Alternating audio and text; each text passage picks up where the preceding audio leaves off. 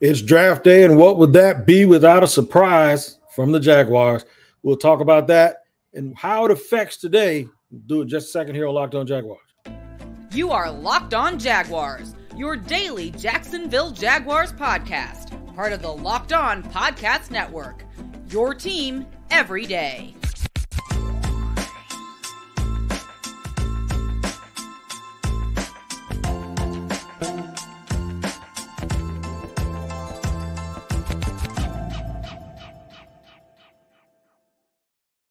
Welcome to a draft day edition of Locked On Jaguars. I am your Locked On Jaguars host, Tony Wiggins. And we thank you for making us your first listen because it's your team every day. Quick reminder, we are on YouTube also at the Locked On Jaguars YouTube page where you can subscribe for free.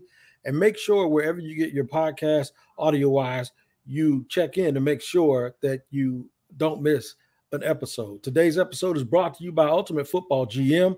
Ever dreamed of becoming an NFL GM and managing your football franchise? Then this game is definitely for you.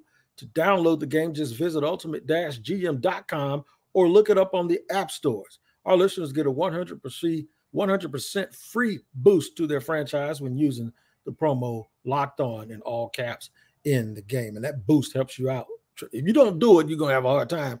So you're just making it hard on yourself. You could be like the Cleveland Browns were about a decade ago. So make sure you use that promo code to get that free boost. What's up, man? We are finally here. And man, I know if y'all are anything like me, this is our job. This is what we do. Been writing stuff down for weeks and just going over it and going over it and going over it. And finally, we're here. My journey with the draft actually started when I was 10 years old. So while I know I don't look that old, I've technically been doing this for nearly 43 years. So many spiral notebooks I probably made, whoever made these things rich over the years. My mom, about every 5 years, would throw them all away, and they were like phone booths stacked in our closet. So I've been a big proponent and a big fan of this day for a long time. Kind of still wish it was on Saturdays, but it's all good. It's not. But it's finally here. All of the talk, all of the social media beefs and arguments that we've had over the last couple of months, which I don't know why we're arguing, because we're just arguing about what we think somebody else is going to do in their job. That's what the fuss has been about. It's not been anytime it's what would Wig do, WWWD, Triple D, Triple Dub D. Anytime it's that, I'll tell you that's what it is. But most of the time, it's trying to figure out, based on their words, now this is extremely significant, based on the words of the brass, based on the words and the tendencies and the things that they've done in the past, we do the best job we can of trying to figure out what they're going to do and to make sense of their process. And along the way, every now and then, I'll explain to you what I would do and why I would do it. And sometimes it differs from what the organization is going to do. And then we have the podcasts that I have done over the last at least couple of weeks, where I've talked about the offensive line. And I brought back up and rehashed my disagreement with them not doing whatever they could to keep 25-year-old Jawaan Taylor. And I really fought back when I found out where he went, and we all saw where he went. And while some think that that's not a significant issue, it is for me. Because had some team came and signed Jawaan that was always struggling, I would have been like, maybe they overvalued him. But then when a team that does everything right, and at this moment is the standard, they are the standard bearers for the National Football League in terms of team building, personnel, coaching, front office, everything. When they come in and decide they're going to switch him to a new position, which is left tackle, and pay him money, it starts to feel like your team to trade with Jerry West in the NFL. You know, in the long term, it ain't going to work out for you, right? Starting to feel like the Minnesota Vikings when they did the Dallas Cowboy deal, and Jimmy Johnson, who nobody knew at that particular time was a great personnel guy, he kind of got fleeced, right? So I don't know if that's quite the case here, but I will tell you something happened that I knew about. And if you heard my podcast, I hinted at it. So I'm going to tell you why I did not say anything about the Cam Robinson suspension that is now widely reported by several media organizations. because that is a serious issue. It's not like we saw Cam get hurt and then I had to try to speculate on what type of injury he had, or I had to speculate or use my my learning experience, not practical experience, but the experience of observation to say whether or not I think he was coming back. This was something different. This was, he was physically prepared to be ready for, according to Trent Baalke, that medical-wise he was going to be able to play. The day he said that, I got a call about 2 hours before he said it, and somebody told me, I'm just telling you what it said. PED suspension, Cam Robinson. So I was like, nah, I can't ride with it, even though that source is batting 1,000. And the people that Locked On our Locked On NFL thread will tell you, I did this about 10 days ago, maybe even 2 weeks ago. I talked behind the scenes to a couple of other media members. Y'all heard anything? And we kind of stared at each other like Puff Daddy and that dude does on that meme. And then I say, okay, you go. I say one word, you say another. I said PEDs. They go Cam. I said, okay, stop. So you heard it too.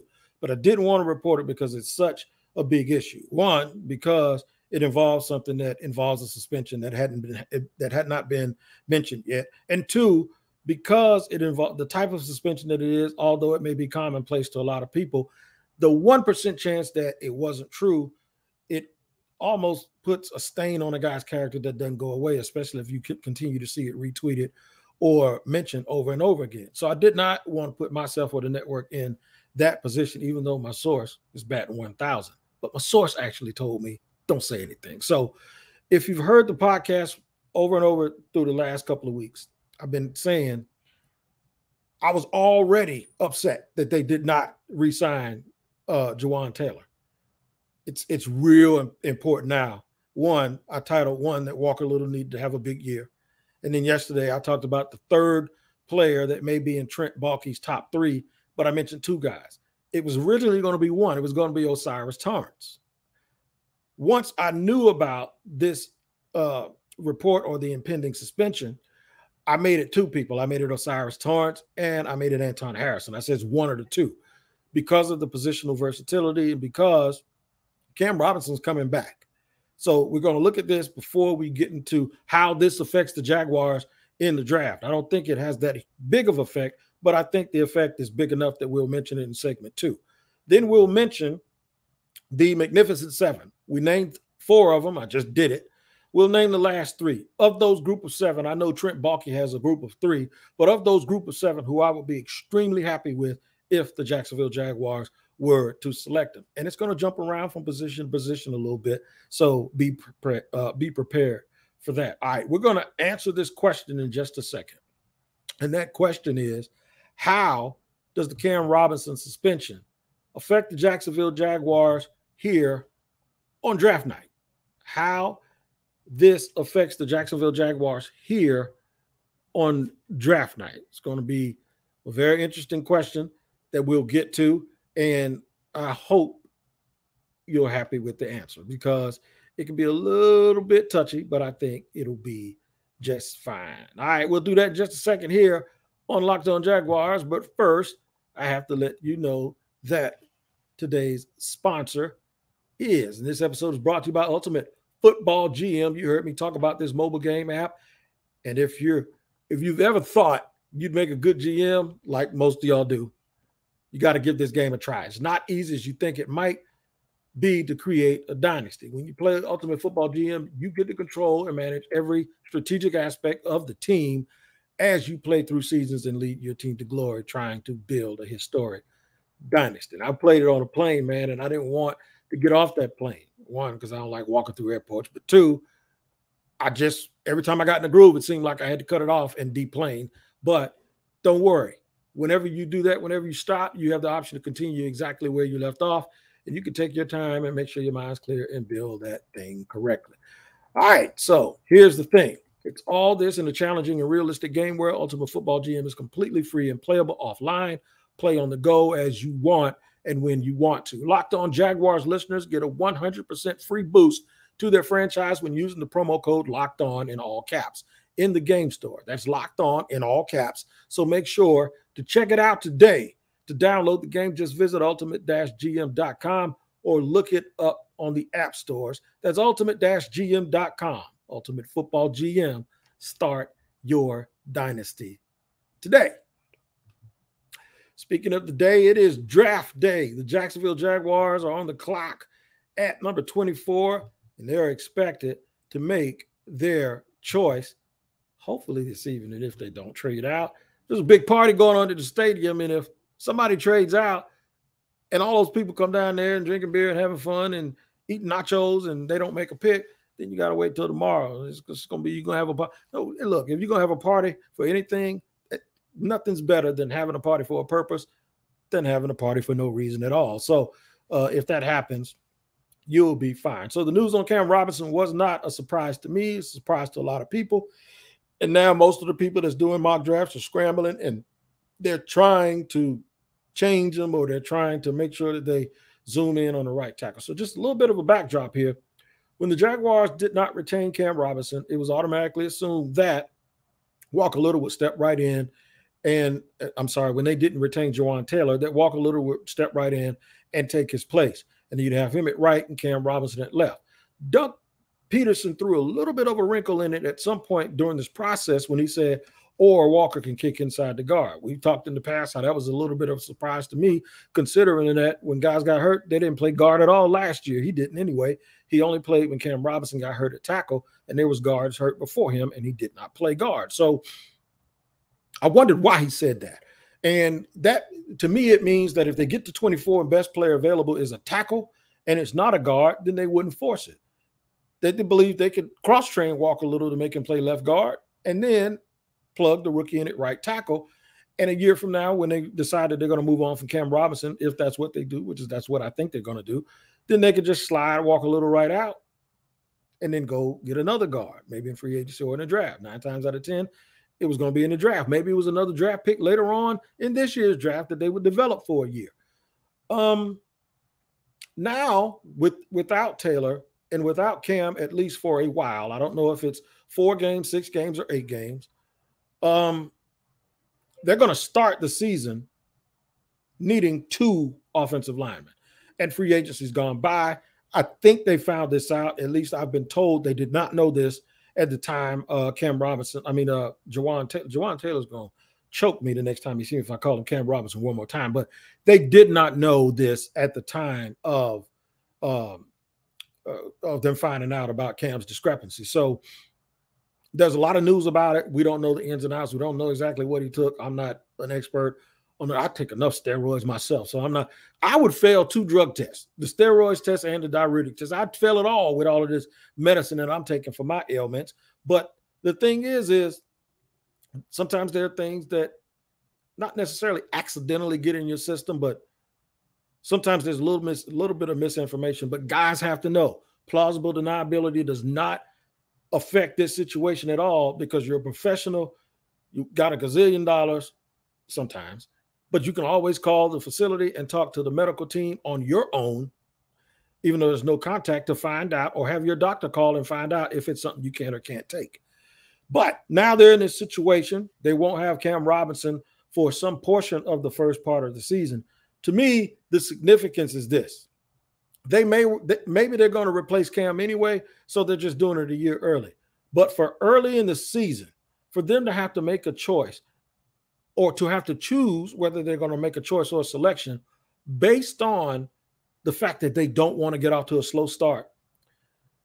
Because if they draft a tackle, a guy that's not versatile enough to play guard, then when Cam Robinson does come back, that means that they'll have to move Walker Little. And if they draft a guy who's playing left tackle, they got to move him to right. If they want a guy sitting on the bench playing with $22 million of a cap hit sitting over there, if the Jaguars have it going, do they plug him back into the lineup? Do they move him at the trade deadline? If they have it going with the replacements. That's why whatever this pick is still has to be a long-term decision. It has to be something that's affected by the future, the long term, not just this year. At worst, if you got to get a guy for 4, 6 to 8 games, go out and find your veteran man that ain't signed somewhere, somebody that's played some games, and just do the absolute best you can.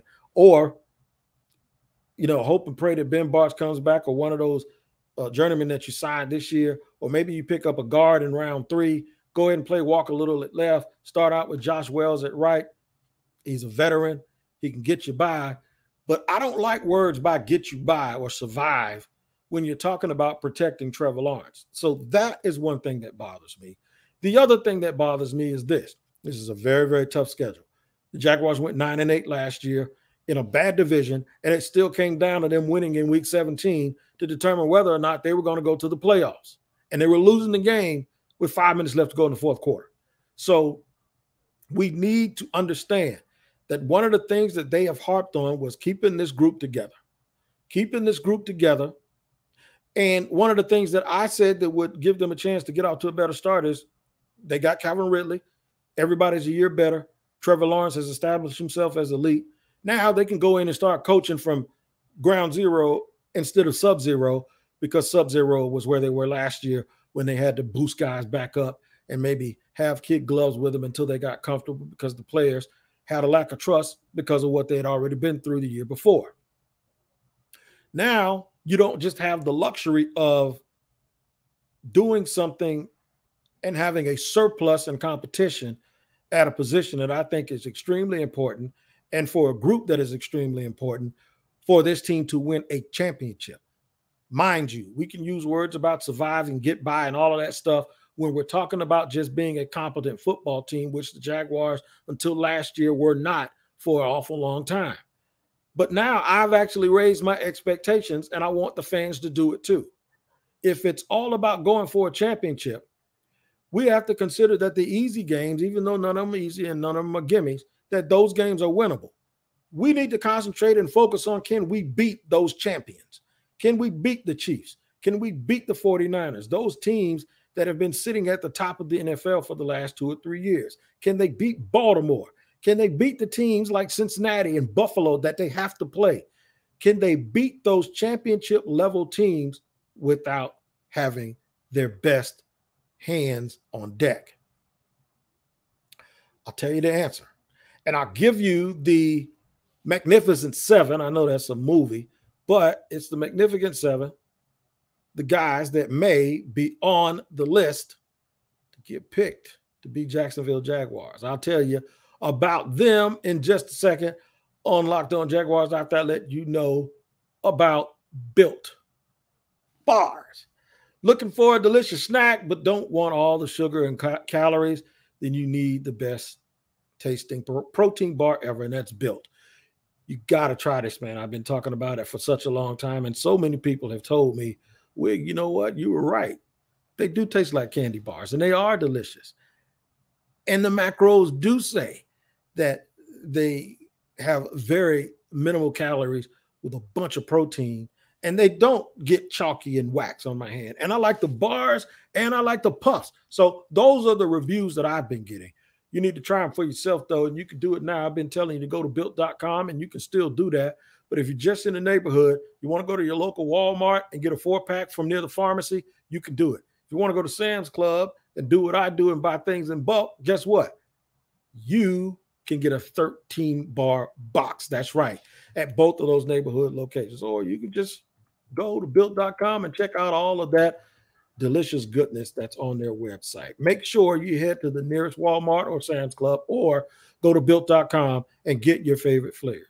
Your favorite flavors. And then hit me up online, hit me up on social media and let me know which ones are your favorite, and I will forward it to Built Bar. Third and final segment here on Locked On Jaguars. I'm Tony Wiggins, your host of the Locked On Jaguars podcast, where it's your team every day, and we thank you for making us your first listen. Shout out to the everydayers. I appreciate you. I appreciate you identifying yourself as an everydayer. That is an important thing to me, because it tells me that you're just committed to me and I am you. And then it holds me to a standard that I have to deliver the goods to you every single day. And I'm going to do just that. Draft coverage tonight, Locked On NFL on our Locked On NFL YouTube page. Locked On NFL Draft, Locked On NFL Draft Scouting. Check it out. Starts at 7. Joe Marino, Kyle Krabs, and you'll have people bouncing in and out as picks are made. It's also on the Peacock and Williamson podcast. Make sure you check that out too. Please, great stuff. You won't regret it at all, especially if you get tired of the cookie cutter network stuff. Come see the hard hitting stuff from the local experts that cover the team. Now, we talked about the Magnificent Seven, and I'm going to get to them in just a second. But before I tell you who they are, do I think this affected their plans? Slightly, sure. If you're not going to have your left tackle, it's not like he got hurt and they knew it. They expected him to be back, and then all of a sudden they found out he wasn't going to be available. Does it affect it? A little bit, but it should not trump making the best decision for your future because you're worried about 4, 5, 6, 7, 8 games. You just shouldn't do it. I think they might have been going offensive line anyway. As you saw, Trent Baalke said they're focused on 137 players. He had 3. He felt at least one of them would fall to him. The one that I thought that was most likely to fall at 24 is the offensive lineman, and not Brian Branch and not Nolan Smith. So Brian Branch, Nolan Smith, Anton Harrison, and Osiris Torrance were the 4 I mentioned in the place of 3. I'm going to tell you who the other 3 guys are. Deonte Banks. I don't think he gets to the Jaguars. I think people absolutely love him, and I think he's going to be out of there. Cam Smith, another corner out of South Carolina. There's a shot that he's going to be there. In fact, of the corners in this range, outside of Witherspoon, and me, I'm going to be honest with you, I'm not a big Gonzalez fan, and I know he's going in the top 10. I'm a Witherspoon fan, and then I'm a Deonte Banks fan, and then I'm a Cam Smith fan. So those are the guys I like. I'm not saying that the kid Gonzalez from Oregon won't be good. Just ain't quite he ain't quite my cup of tea. So the 7th guy is Felix Onodike Uzoma, pass rusher supreme out of Kansas State. I saw a report yesterday where they interviewed 3 starting tackles from the Big 12 and asked them, who's your toughest guard? And all of them said it was Felix, F-A-U, Felix. I love him as a pass rusher. And picking at this spot, I realized if you're a good team, your guy doesn't have to start. Their offense is going to be powerful, just like the Chiefs and just like the Eagles. They're going to get up early in a lot of these games, I believe. I think they're going to get out to a quick start because I think it's a strength of Doug Peterson to get out to a quick start. Sometimes he takes chances and goes for touchdowns instead of field goals. I think they're going to be very, very good at being able to get first quarter points, which means you're going to play with the lead this year, which means there'll be room for sub packages, which means if an edge rusher is your pick, he does not have to start. Just see George Karlaftis out with the Chiefs. Did not start, played a bunch, made a mega impact. So I was always wondering how they're going to get a dude to start. The way you get a dude at the 24th pick and he's not a starter is that he plays 40% of the snaps because you're always in a sub package. The only way you get in the sub package is long down in distance or scoring early or a combination of the two and make a team have to play catch up. That's how you do it. Period, point blank. So it makes sense for me that they go out and get an edge rusher. What would Wig do? I'd take a pass rusher. That's just me because the coach says, I think when you think about the guys that I think may be there, that's what I do. I take a pass rusher.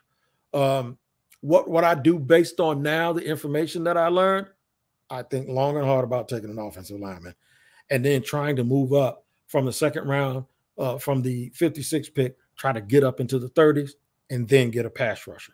And then I do my best to scout these nickel corners, and I try to use one of those 4th round picks or a 4th round pick to go ahead and get me a nickel or look into the nickel market after the draft. That's what Wig would do. What do I think they're going to do? I think they're going to take an offensive lineman. I think they're going to take a big guy with versatility, and they're just going to go with that. And even if he's just a guy who can play tackle and can't play guard, I just think with Cam Robinson's back, they'll move Walker Little.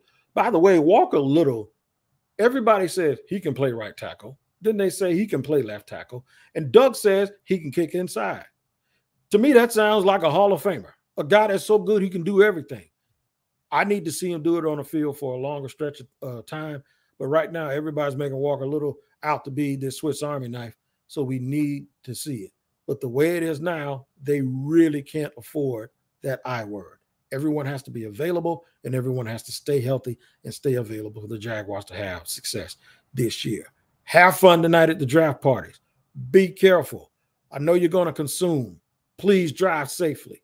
I don't want any Jaguar fans having any ruckus on the way home and hurting yourself or hurting anybody else. So please be careful. That's my public service announcement. Did I tell y'all, if you ain't used to, when I was doing radio, I left the stadium to go to radio one day.